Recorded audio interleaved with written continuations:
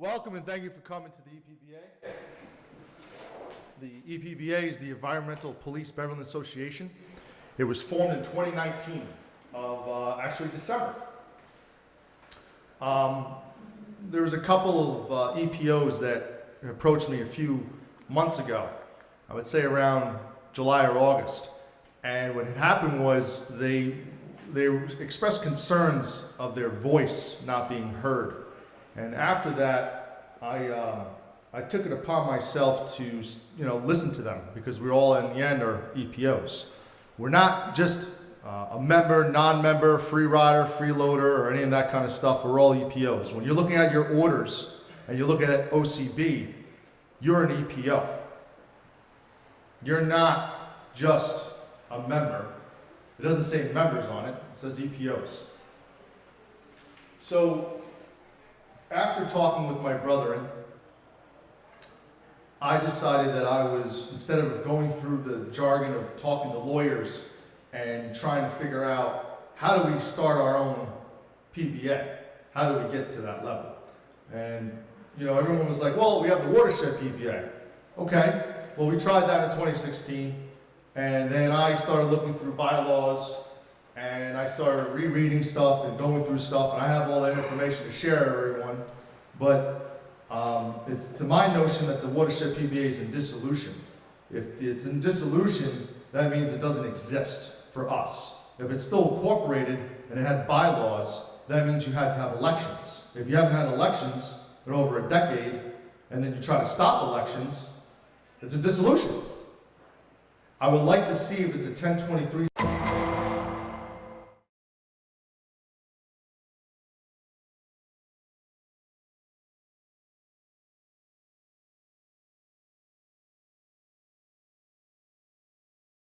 (1024)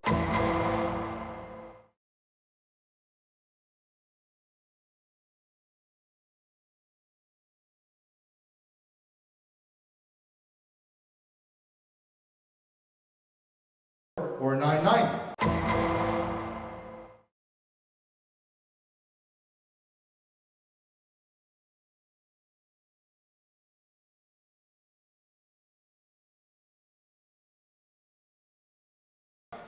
Which is under the IRC 557.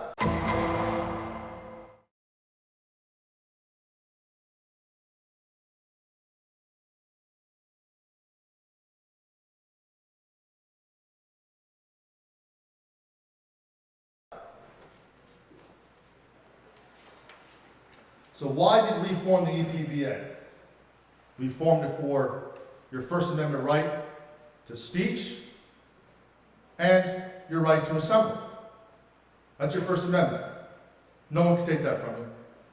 You guys all swore an oath. Everyone here swore an oath. And how is it formed? So right now you have a couple of chairpersons here.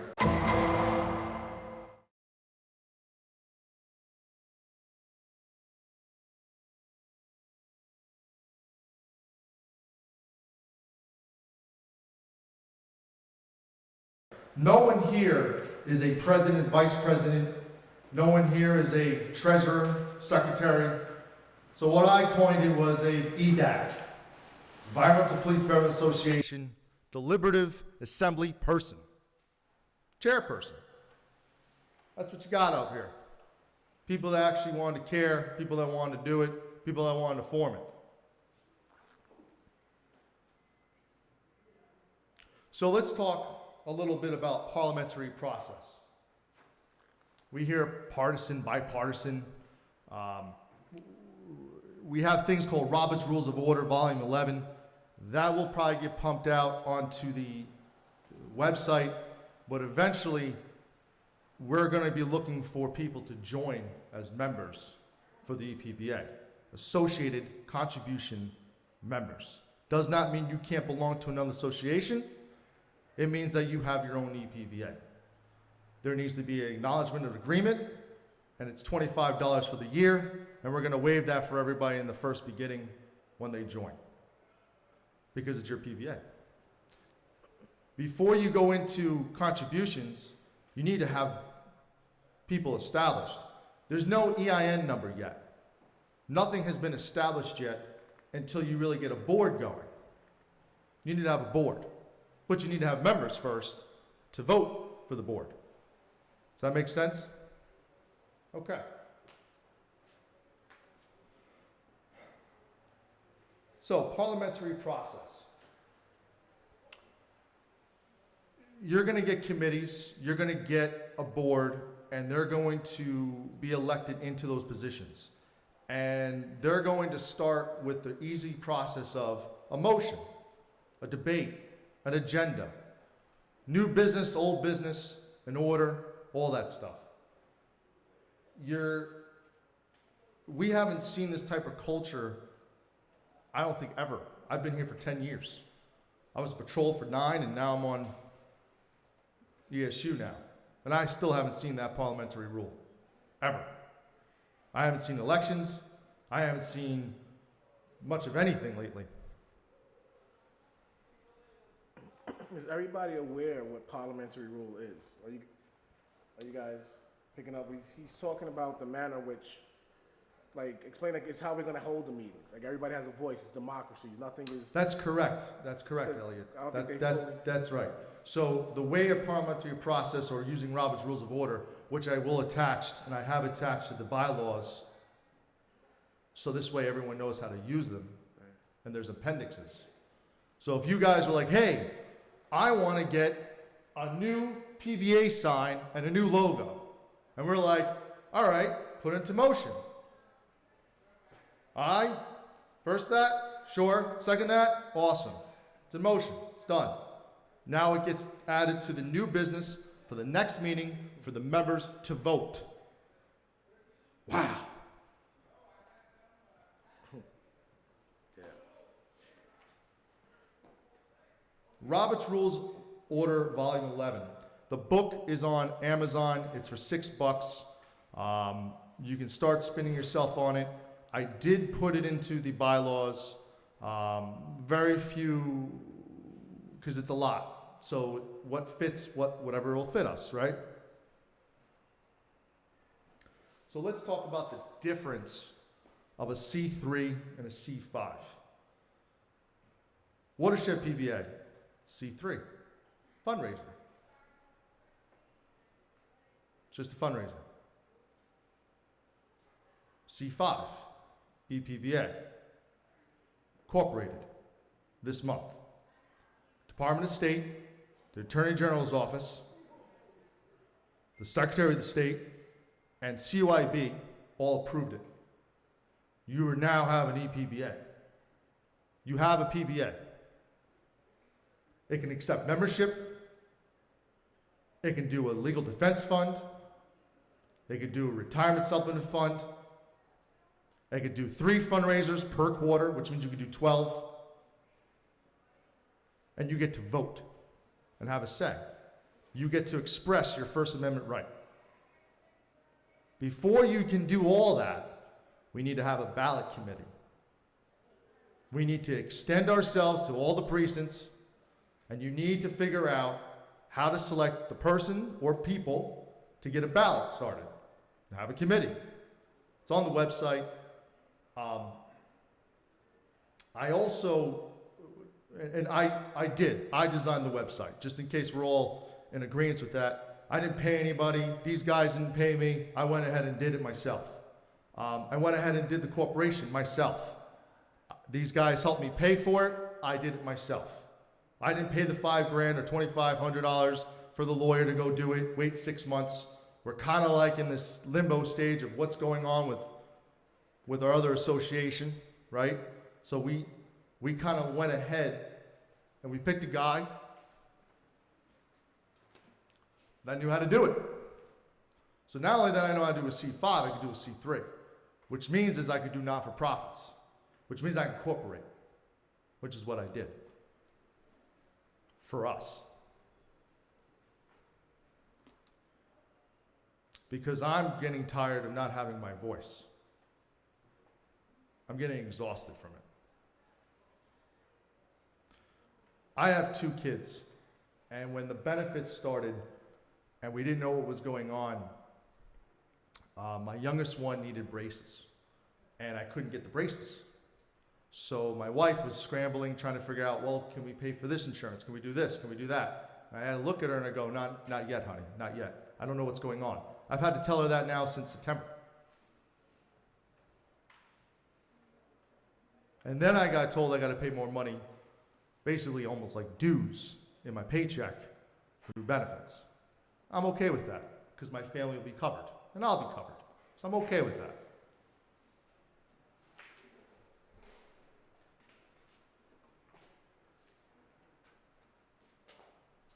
We do not have a tax exemption status right now. The reason why you don't have a tax exemption status right now, it takes 3 to 6 months. We do have a CPA, but you need to have a board. You need to have a committee. You need to get people as members into the EPBA. And you need to do this because that explains parliamentary process. Those are the rules, right? We need to get people elected, put them on a board, start the process, and then you get a tax exemption if you want to or not, which I highly recommend that we do, because it's a C5. It's a labor organization.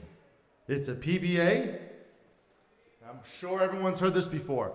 A PBA isn't a union, and a union isn't a PBA. We've heard all this, right? Everyone's heard this. Wrong. Wrong, wrong, wrong. C5, labor organization. It's association. Black Law Dictionary. Union. It could be its own union, which means you can hold your own bargaining certificate. But we're not contesting that right now. Why? Because we want to maybe help out whoever we can help out with a voice, a choice. So there's no contestment right now. We're not contesting anyone. So if I get consequences and, oh my God, the PBA, it's not stopping. We're not stopping. It's going to continue. And it's going to keep building, and we're going to keep going. You're not a C3. You're not a fundraiser, folks. You're a C5. You have the check right there. The check is that you're a C5. The check is not you're not a C3. The check is that you're a labor organization. And you can do it. You can all do it. So the tax exemption, what I want to do with the tax exemptions, I want to get us a board, and I want to be able to have a financial vice president and a treasurer. I want people to vote for that. And then you spin them up, and then you get them to say, okay, we're going to sit down with our CPA, and then start the tax exemption. It takes 3 to 6 months. It's not bad. Membership type. Contributing yearly fee. So right now in the bylaws, it's $25 for the year. The acknowledgement agreement letter to be a member of the EPBA, which is called a full member, is waived for the year. If we start getting money into the EPBA's business account, that's when you already have your board. That's when everyone who's a member has voted in their board members. Everyone here has voted in their people to represent them. That's when you start that process. So if anyone gets the notion that a PBA or a union or another association is trying to come in on another association right now, it's false. It's false. All we want to do right now is get our voice. And we want to get a ballot committee to do that, and I'll say it again, so we can vote. So you have 2 memberships right now. You have full members and you have associated members. The full members right now are going to be members that sign their acknowledgement letter and they say, hey, I want to be part of the EPBA. Awesome. That gives you your email account, because every one of you and every one of you out there have an email account that I set up for you, if you want one, in your name. It will say first name, first letter, last name, at epba.us. Transparency, solidarity, that's what we're going to need in order to stick together, in order for us to maintain parliamentary rules. Second members, associated members. Associated members, you're retired guys. The guys that are retiring. the guys that have done this job before us, and that we've kind of like, we don't know what happens afterwards. You have a couple of them retiring, and I'm sure they would love to be part of this because they want to keep in touch, and they also want to make sure like their benefits don't go away. Their benefits don't go away. They actually got a mailing of when their benefits were ceasing, and they were like, what do we do? And they had to go to a precinct to figure that out. That's not fair. And we talked about the EPBA Acknowledgement Agreement. Again, if you log on to the EPBA website and you go to the contact sheet, I will email you the Acknowledgement Agreement. And I will start the welcome packet process for all of you guys. The EPBA has about 5 EDACs. There's 5 chairmen right now. Okay? There's 5 of us. They have contributed the amount of time and workload to help me and help themselves get this established. Your office, which is here at the VFW, is actually upstairs. It's for the members. It's for you guys. Does that mean we can't have an office downrange? Can we have an office down south? Sure you can, but you need to have a vote to that. You need to get people more involved. You need to get members.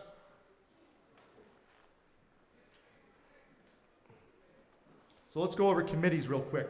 So committees, you have a ballot committee, you have a bylaw committee, you have a legal committee, a financial committee, you have events and communications committee, you have retired committee, you have your member and vote and fundraiser committee to be established, which means when you guys are ready for your fundraising, you guys can then vote on your committee. Board positions. This is when you start your parliamentary rules. This is when we all have a ballot committee and we have all started and we're like, all right, we're going to get a president, chief executive officer, CEO, vice president, chief administration officer, CAO, vice president, chief communications officer, CCO, vice president, chief financial officer, CFO, an EPO 3 director of association officer, which means the EPO 3 is on the board.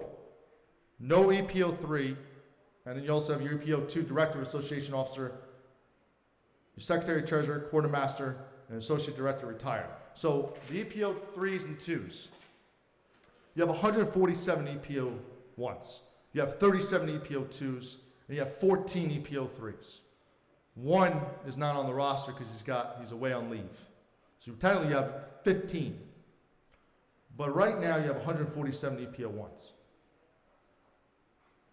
When the ballots start, you're going to end up having, and the bottom line to that is that you're going to end up having a ballot committee set up where the EPO 2s and 3s can still vote for all those positions I just named. But they also vote for themselves to put a 2 and 3 involved to get on the board. The 2 and 3s are not part of being the president, vice president, treasury, secretary. They're not. Not right now. Not until you have a bylaw committee.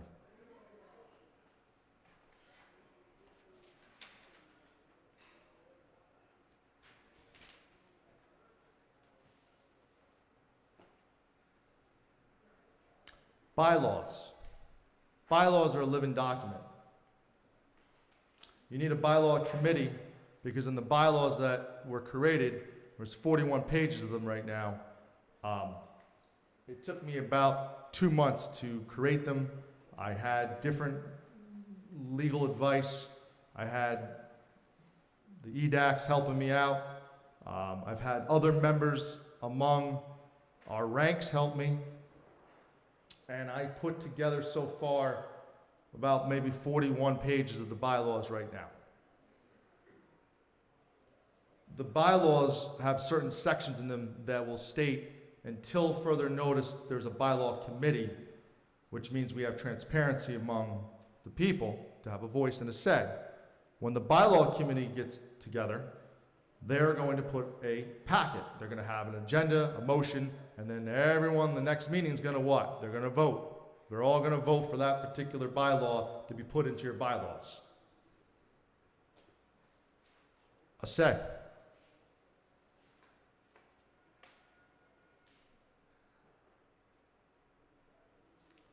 Website. So the website can have numerous things happen for it, right? Social media, you can have a donation page put on there. You can't do the donations until you have your business account. Right now, there's no business account, and we haven't really established ourselves on that variance of, and you know, tax exemption at that point, it's different within the law of the 557 IRC. You could still take contributions and you can still take donations as long as you're tracking it on a financial report that comes out, I would say hopefully every quarter.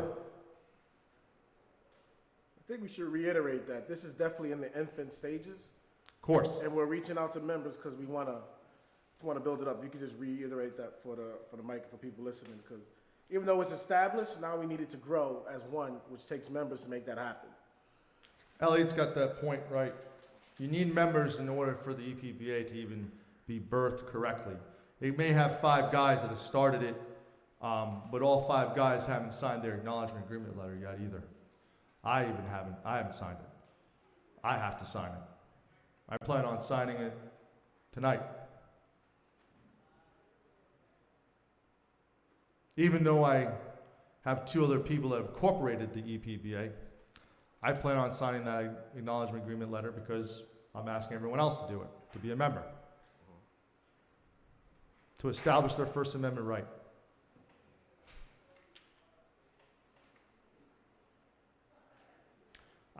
We can put motions and questionnaires on the website.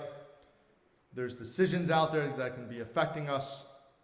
I don't know if anyone is starting to look at the website. You can put OLR, OCB rulings, there's bulletins, there's a whole bunch of transparency. Whatever the EPBA seeks to do with it, members, whatever the members of the EPBA seeks to do with it, whatever you want, whatever comes to your mind, whatever you think is going to help benefit your EPBA. We briefed a little bit on the email accounts and members log on. So everyone has an email account. Until you give me the acknowledgement agreement letter, obviously, I'm not going to give you the email account or the bylaws because you guys have to, folks have to sign up and say, all right, I'll be part of this as members, full members, would still belonging to another association because it's a, right now, contribution.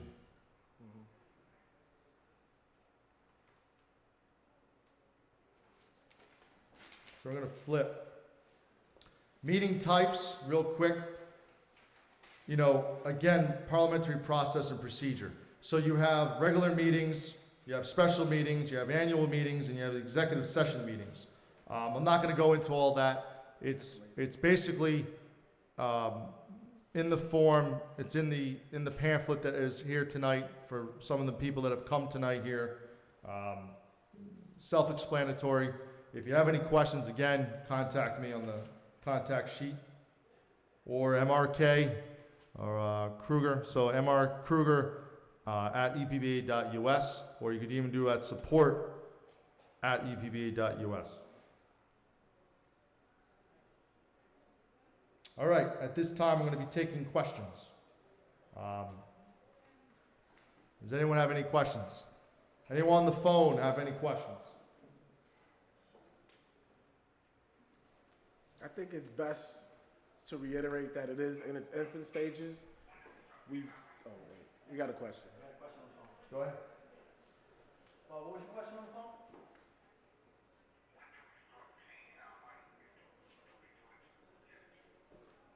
When do they pay and who they give it to? So there's no money being paid into the... Reiterate the question? So the question was, when do you start paying? There's no payment. You're not paying anything for the first year. It is, and if you want to, it's contribution. There's no dues. There's no such thing as yet as dues. You need to have a board. You need to have all that stuff established before you even try to take in any type of money. So right now, it's just acknowledge, take the agreement letter, be part of the PBA, start the voice, start communicating, start the transparency, get the ballot committee going, get a bylaw committee after that, and then you have your board. So there's no money being put in yet. Nothing's established. Well, the only thing that's established is your EPBA at this point. Any more questions on the phone? No? Okay. Any questions in the audience? We have one in the audience. Okay. It was just brought to my attention that there could be a little bit more clarification on how the sergeants and the lieutenants' votes would count and how they would get into their positions. Can you reiterate that? So reiterate that, yeah. So the question right now is how the sergeants have a vote and how the lieutenants have a vote. Right now, a EPO2 would be able to vote for the EPO2 position for a director, an associate director as well, okay? Their position would be on the board. The associate director won't be on the board. If the director can't make it, then the associate director comes. But they also get a vote and a say of who the president's going to be, and the vice president, the secretary, and the treasurer. All those executive positions.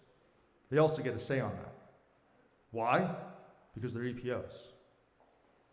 But they get to have their say as well on the board as EPO2s. And then EPO3s get the same. They get to vote their EPO3 onto the board. And they get to vote for who they want their president to be, their secretary, their treasury, all that stuff. So how would the board break down ultimately? The board would be breaking down. So the question is, how does the board break down?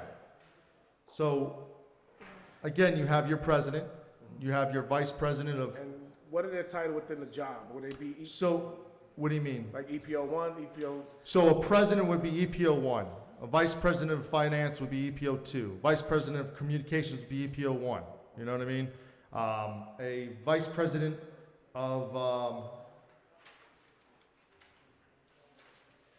so many VPs right now.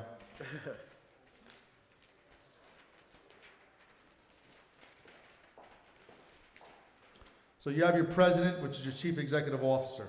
That's an EPO 1 position. Vice president, chief administration officer, EPO 1 position.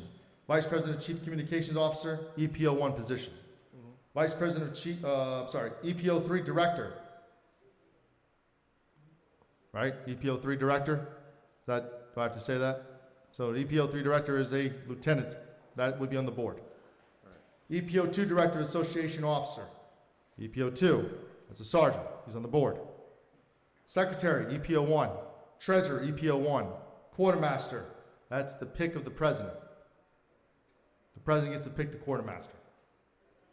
Associate director, retired. That would be your retired officers. If he or she wants the position, say for the secretary, and they're an EPO 2, that can be brought up with the bylaw committee. Motions, they're already a member, put it into a motion under parliamentary rules, and have people second it and vote on it. But right now, it's designed for EPO 1s, EPO 2s, and EPO 3s to still work together with each other on the board. Any more questions? So ultimately, being that the EPBA is established, what would be the first step that the labor organization would look to do moving forward from here? So the first step, say that question again. As far as the first step, as far as to continue to form out of its infant stages, what would be like the next process? So phase 1, you want to look at phase 1 Yeah. right now. So phase 1, you're looking for members to join. Once the members join, and there's no fee, there's no membership fee. We're not even asking for membership fees. Doesn't exist right now at this time. So you're looking for contributions, but the contribution fee is going to be waived. So you're just looking for people to sign up. Once they sign up as a member to the EPBA, then you get a certain amount of people joining the EPBA, then there will be an email coming out. That email that will come out will say, all right, we need to have a ballot committee now. Now you have enough people to get the ballot started. That's pretty much how it's going to work. And If- how does the ballot committee be formed? Is that like nominations randomly, or? So the ballot committee, the way I'm envisioning it is like what we did in 2016, is where you go out to your precincts and you have the people elected into the ballot committee for themselves, voted on the people by per precinct. Or you have a members meeting and you get 20 people, and every week you get now 30 and 40 and 50 and 60 and 70 and 80 people. And then you have 99 people, which is the majority vote. So what I'm looking for right now is for people to sign up as a member so we can start giving them the information they need so that way they can get their email accounts started and they can start getting more transparency and they get their bylaws and start understanding what we're going to do as a parliamentary rule. The only reason why I'm an EDAC is because that's the title that I made up. There's no president. There's no vice president. There's no one right now. And what would an EDAC be? So earlier we said that an EDAC was an EPBA deliberative assembly person, chairperson. Any questions? Any more questions? Matt, we have a question about how much power the president has, and if the president abuses their power, what remedy? Great question. Reiterate. So the question is, how much power does the president have? The president doesn't get to vote. The president can establish a committee, but you have to go through the board. President don't get a vote. President breaks a tie. That's what, I mean, if there's a majority vote, and there's like, on the board, which we're saying now, on the board, if there's, you have 10 people, but out of the 10 people, there's really only 7 that get to vote on the executive board. And let's just say that night you had 6 people show up because the treasurer couldn't make it. And the president's there. He splits the tie. Now it's what? It's 4, so 6. So what would that be? That's 7 people there. So you have 4 to 3. 4 to the vote. President don't get to vote. It's in the bylaws. We did that for a reason, right? We were doing that for a reason because of the past practices of what we've seen. If the bylaw committee, once that's established, and you have the people established, and by the way, committees can be 3 people, 5 people, 10 people, 20 people. Depends on how many people want to do it. Depends how many people want to be part of that. Any more questions? We have a question on long-term strategy and goals. Long-term strategy and goals. Okay. So I've had a couple of EPO3s talk to me.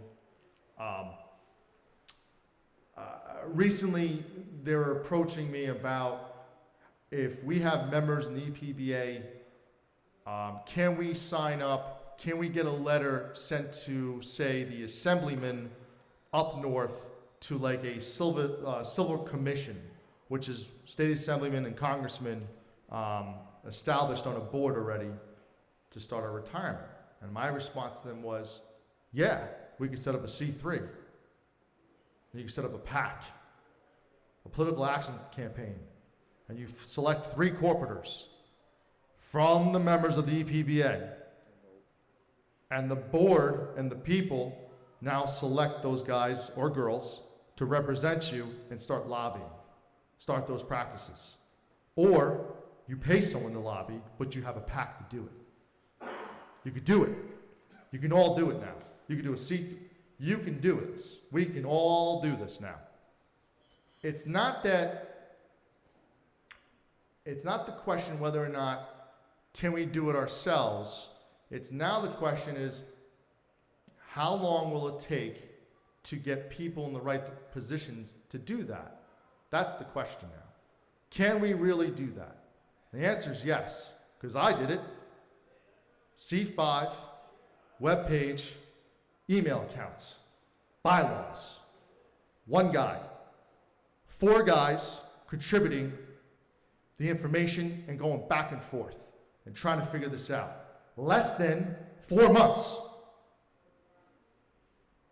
Office made. Less than 3 months. So, can we do it? We can do it. We just need to start getting together. We need to get our voice. We need to get the voice going. That's it. You need to start practicing your First Amendment rights.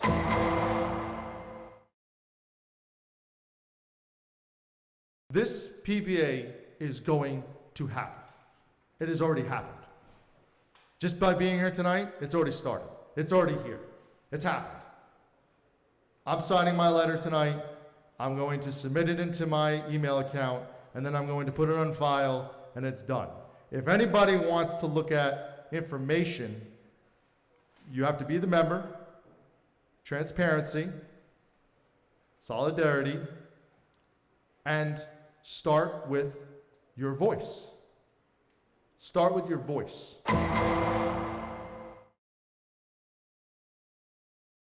I'm not, and none of the other 5 guys that are here that try to start this are going to be contesting anybody right now.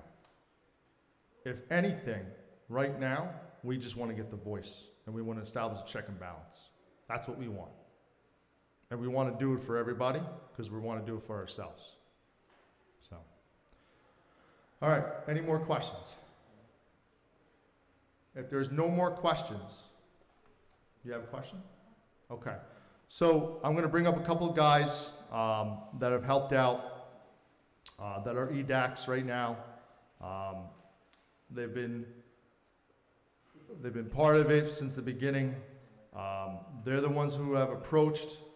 I have now started to support their reasoning. There has been differences. There has been many differences on what we thought was going to be as far as our goals, our agendas. I, at the time right now, am not going to contest any of those other agendas. Right now, I want to get us a voice. That's all I want. I want to get membership, I want to get a voice, and I want to move on. That's pretty much it. And I want to have committees, and I want to have a bylaw, and I want to have a board. So, Mike, come on up.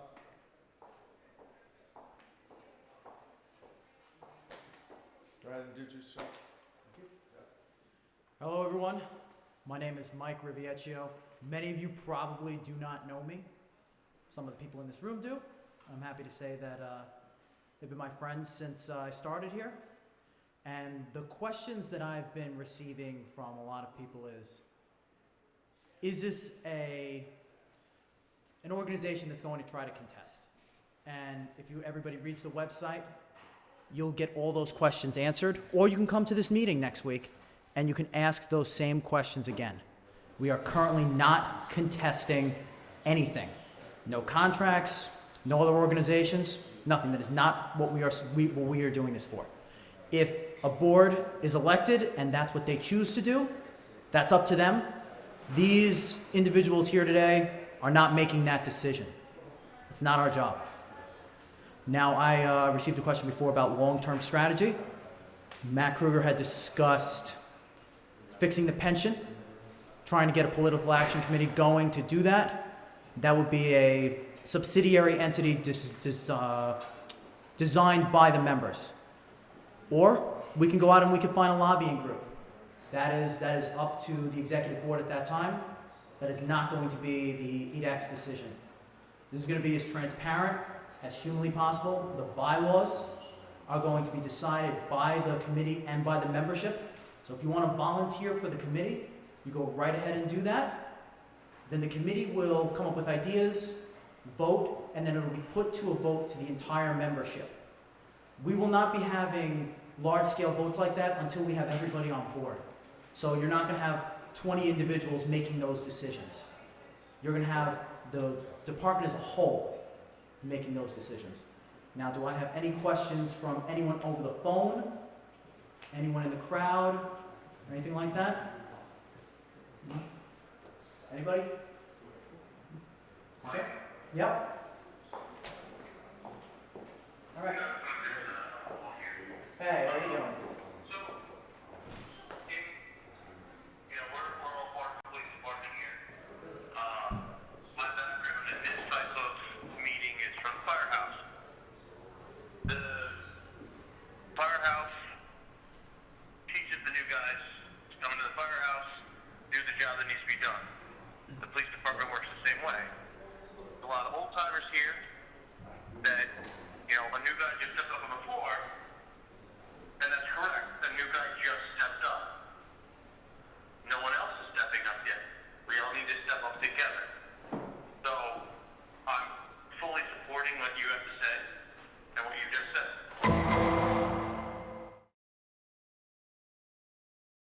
I hope that everyone will join.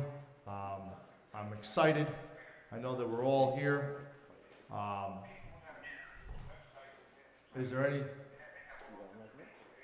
Did you need to come back up, Mike? No, we're good? All right. Folks, thank you very much for coming tonight. I look forward to the next meeting.